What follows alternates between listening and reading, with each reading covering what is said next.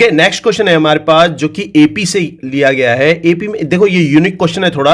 इसमें क्या बताया है कि फर्स्ट टर्म हमें बता रखी है 6 और सेंटर टर्म बता रखी है 20 और हमें nth टर्म फाइंड करनी है, जो लास्ट टर्म है वो फाइंड करनी है। यहां ये भी कहा है कि जो n है वो ओड नंबर है, तो a जो फर्स्ट टर्म है वो हमें 6 बता रखी है और am जो मिडिल टर्म है वो हमें बता रखा है 20 और फाइंड क्या करना है, an फाइंड करना है। यहां ध्यान देने वाली बात है कि हमें d वैल्यू नहीं पता, तो करना क्या है। देखो यहां यह कहा है कि n ओड है। n क्या है, n is odd. For example तुम इसको एक एग्जाम्पल के तौर पे लो। अगर हमारे पास n जो नंबर ऑफ टर्म्स है मान लो 9 है, जो कि ओड है ये। अगर 9 टर्म्स है एक किसी एपी में, तो उसके सेंट्रल टर्म जो मिडिल टर्म है वो क्या होगा, वो होगा 5। कैसे पता चलेगा, 9 plus 1 dividing by 2 that is equal to 5 आएगा। तो तुम्हें याद होगा 9th क्लास में जो हमने सीखा था मीडियन ऑफ ए डाटा, जो कि अनग्रुप डाटा था, जिसमें हम अगर ओड नंबर देते हैं, अगर ओड ऑब्जर्वेशंस हैं, तो उनका जो मीडियन है वो कैसे फाइंड करते थे, n प्लस 1 डिवाइडिंग बाय 2 ये फाइंड करते थे। मिडिल टर्म हम इसको ऐसे फाइंड करते थे। अब यही बात, इसी पॉइंट को हम अप्लाई करेंगे इस क्वेश्चन में। तो हम देखें जो nth टर्म है वो क्या होती है, an is equal to a plus n minus 1 into d, ये सबको पता है। और अगर मैं मिडिल टर्म की बात करूं तो वो क्या मिलेगी मुझे, am that is equal to a, m को मैंने अभी क्या बताया, m को बताया, ये m क्या है, m is equal to n plus 1 dividing by 2 आएगा यहां पे। तो हम यहां पे यही लिख देते हैं, n plus 1 dividing by 2th term is equal to वही a प्लस अब n की जगह हम क्या रख दे, n की जगह ये वैल्यू, ये पूरी value n plus 1 dividing by 2 रख देते हैं, n प्लस 1 डिवाइडिंग बाय 2 और ये माइनस टर्म,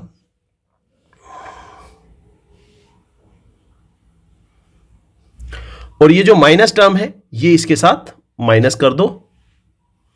यहां ये हमने -1 कर दिया इंटू डी, ये आएगा। तो इसका मतलब am जो सेंटर टर्म मिडिल टर्म हमारे पास बता रखी है, वो हमने क्या फाइंड करी, वहां क्वेश्चन में तो 20 बता रखी है, लेकिन हम इसको अपने वेरिएबल से हम कैसे फाइंड कर रहे हैं वो देख रहे हैं हम। a प्लस n माइनस 1, देखो n प्लस 1 ये तो यहीं पे रहेगा, देखो एलसीएम यहां पे 2 आया, ये 2 आया, ये n प्लस 1 तो यहीं पे यही रहेगा, और -1 का यहां -2 हो जाएगा जब हम एलसीएम लेंगे इंटू डी। यहां पे डिवाइडिंग बाय 1 है तो इन दोनों का एलसीएम आया, 2 और 1 का एलसीएम आया, और 1 की मल्टीप्लाई इसमें कर दी, 2 की मल्टीप्लाई इसमें कर दी। ठीक है, ज्यादा हम डिटेल में इसको जाने वाले नहीं है। तो इसके बाद am is equal to a plus ये आ जाएगा n minus 1 dividing by 2 into d. अब देखने वाली बात है कि जो क्वेश्चन में हमें मिडिल टर्म बता रखा है वो है 20 और हमने जो फाइंड किया है वो है a plus n minus 1 dividing by 2 into D. तो इसी को हम आगे करने जा रहे हैं। दोनों को हम इक्वेट करा देते हैं, दोनों वैल्यूज ये दोनों को इक्वल बता दो। तो a plus n minus 1 dividing by 2 into d is equal to 20, ये 20 के बराबर होगा।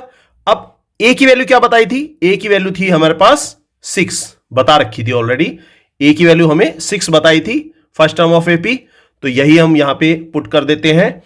तो 6 plus n minus 1 dividing by 2 into d that is equal to 20, और हमें डी के लिए सॉल्व करना है इसे। अब 6 को हम राइट हैंड साइड में लेके जाते हैं, तो n minus 1 dividing by 2 into d is equal to 20 minus 6 ये आ जाएगा, और हमें डी जो मिलेगा वो मिलेगा 14 डिवाइडिंग बाय ये n माइनस 1 नीचे आ जाएगा, और ये 2 मल्टीप्लाई हो जाएगा ऊपर यहां ऊपर मल्टीप्लाई कर देंगे तो डी की वैल्यू आ गई हमारे पास 28, 14×28 डिवाइडिंग बाय n-1।